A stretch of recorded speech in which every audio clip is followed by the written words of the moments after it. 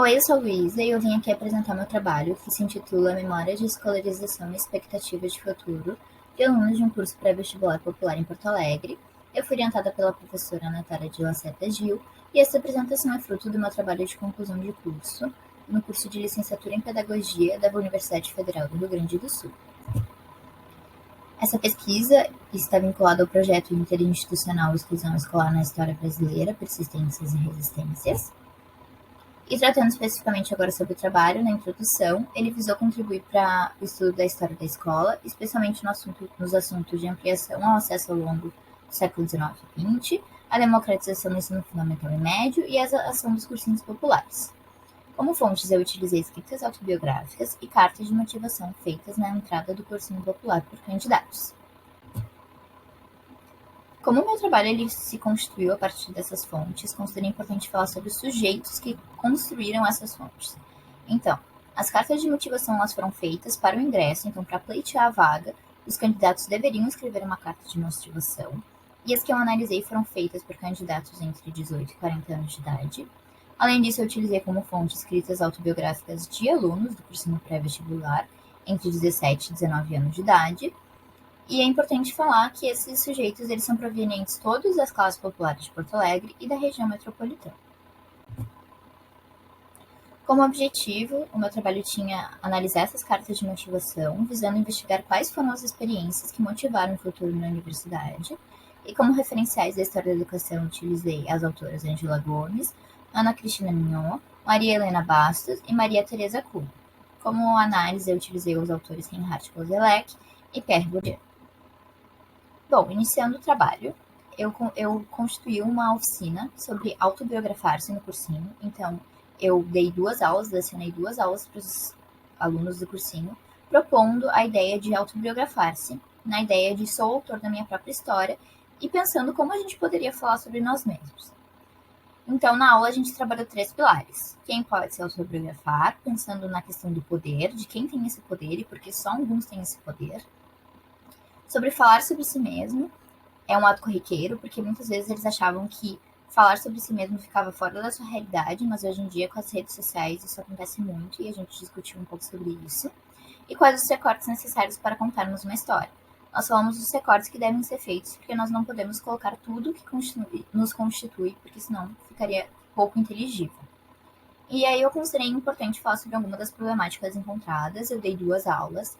Nessas 2 aulas tinham mais de 10 alunos, porém, apenas 3 sentiram-se confortáveis para me enviar suas autobiografias.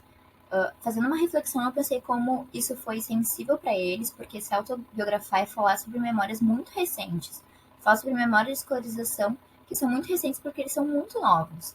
Então, muitos se não se sentiram confortáveis e eu acabei ficando com apenas 3 autobiografias, mas que contribuíram muito para esse trabalho. Analisando as autobiografias, essas 3 autobiografias, a primeira parte que chamou muita atenção foi a centralidade da família na construção do sonho na universidade. Então, famílias que apoiavam muito seus filhos desde a infância, desde a escola, querendo que eles seguissem com os estudos e falando que eles tinham sim um futuro na universidade. E nessa análise também foi perceptível uma forte adesão à ideologia da escola libertadora, ou seja, eles consideravam que era muito importante continuar na escola, porque só a escola poderia fazer com que eles conseguissem avançar. E também a busca pelo curso de medicina. Muitos deles falam sobre querer cursar medicina, então é interessante que, além de entrar na universidade, eles querem ascender até uma profissão de alto prestígio social, considerada como de alto prestígio social. Além dessa análise sobre as famílias, outra que chamou a atenção foi o investimento nas escolas particulares por parte das famílias. Então, eles tiveram uma alta adesão, das 3 autobiografias, 2 passaram pela escola particular, e consideravam isso como um investimento nos estudos dos seus filhos, nos seus próprios estudos, né? Então falavam sobre o esforço que foi feito para colocar os seus filhos nos colégios particulares, as buscas por bolsas, a dificuldade de deslocamento. E, inclusive, um dos alunos fala sobre questões raciais enfrentadas, que ele estava numa escola só de bolsistas, então só as pessoas que eram contempladas com a bolsa, né? Era uma parte da escola, e no ensino médio ele ia para a escola onde estavam todos os alunos, os bolsistas e os não bolsistas. E lá ele falou que ele tinha uma dificuldade de se identificar com os demais, porque ali tinham pessoas que eram muito diferentes deles. Quando ele estava entre os bolsistas, ele falou que eles se identificavam muito mais, Mas aí ele falava que, apesar disso tudo, ele ainda considerava que era uma experiência que contribuiu muito para a vida dele, porque a escola particular modificou a maneira que ele via a escola. Agora falando um pouco sobre as cartas de motivação, eu analisei 166 cartas de motivação de egressos no ano de 2022/1, então todos eles eram candidatos a ingressar no cursinho. E aí é importante falar um pouco sobre o formulário de inscrição e o espaço para a escrita da carta de motivação. Eles deveriam preencher um formulário feito no Google Forms e lá falava sobre várias questões. Então eles deveriam se identificar, deveriam falar as condições de sua família, onde eles moravam, quais os gastos médios, questões socioeconômicas, né, inicialmente.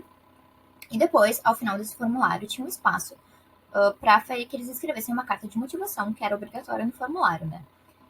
E ali tinha uma pequena sugestão do que eles poderiam escrever, mas era um espaço bastante aberto, eles tinham bastante espaço para escrever. E aí, por conta disso, as cartas eram bastante diferentes. Eu tive cartas nessa análise que eram quase uma autobiografia, onde eles falavam, discorriam sobre toda a sua vida, falavam como eles chegaram aqui, as motivações. E tinham pessoas que simplesmente falavam que tinham muito que ingressar no cursinho pré-vestibular, porque era a única maneira deles conseguirem uma vida melhor. Por conta dessa grande variedade, eu dividi as cartas em 3 eixos de análise. O primeiro era pessoal, ou seja, onde as pessoas falavam que a necessidade de ingressar no cursinho era por uma questão muito pessoal, porque queriam muito ingressar na universidade, um sonho construído por conta própria. O outro era a família, que foi um eixo que chamou a atenção novamente, como chamou nas análises das cartas nas autobiografias, né? Nesse eixo, eles falavam sobre como a família motivou, sobre como queriam inspirar a sua família, como eles queriam orgulhar a sua família.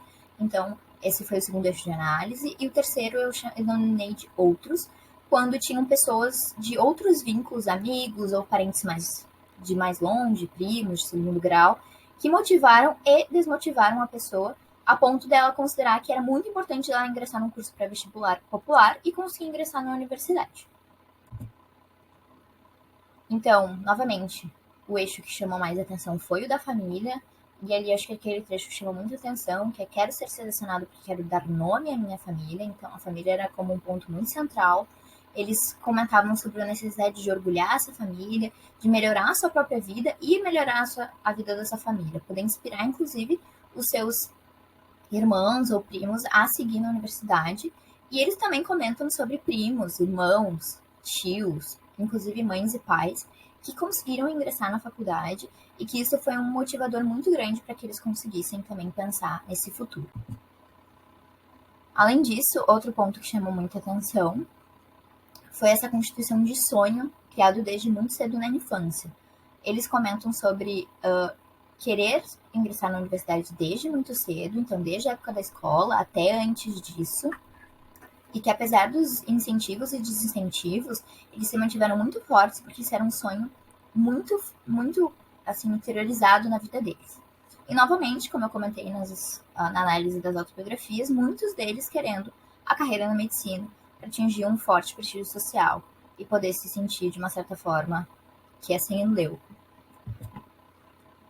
Por fim, agora falando um pouco sobre as minhas considerações finais, acho importante falar sobre o olhar aguçado que a gente tem que ter para as fontes, porque essas 2 fontes que eu utilizei muitas vezes podem passar despercebidas, a gente pode não pensar nisso, né, como pesquisadores da área da história da educação, e elas constituíram numa análise muito sensível e muito importante, então, que contribuíram para a compreensão desses elementos que compõem a realidade da educação brasileira, esses jovens que estão querendo ingressar na universidade pública e estão ingressando, e essa questão da alteração das perspectivas futuras, que muitas vezes dizia-se que as classes populares não almejavam, então, o ensino superior. E aqui a gente pode perceber como tem, sim, uma parcela que está almejando, que está sonhando, que está querendo muito, então, que busca os cursinhos pré-vestibulares para que essa ação se concretize. A importância da política de ações afirmativas, porque apenas com as cotas e com as ações afirmativas, essas pessoas conseguiram, inclusive, pensar na possibilidade e conseguir sentir que era possível, porque começaram a ver parentes, começaram a ver amigos, começaram a ver pessoas ingressando na universidade. Então, como a política de ações afirmativas é importante e deve ser defendida, especialmente esse ano que ela está sendo revista, porque ela faz com que as perspectivas de futuro alterem dessas pessoas das classes populares. E, além disso, a relevância dos cursinhos populares, que contribuem para que esse acesso seja feito, para que essa democratização do ensino superior seja constituída, apesar de arduamente, os cursinhos populares, eles incentivam, estão ali para que os alunos tentem e almejem esse ensino superior. Aqui estão algumas das minhas referências.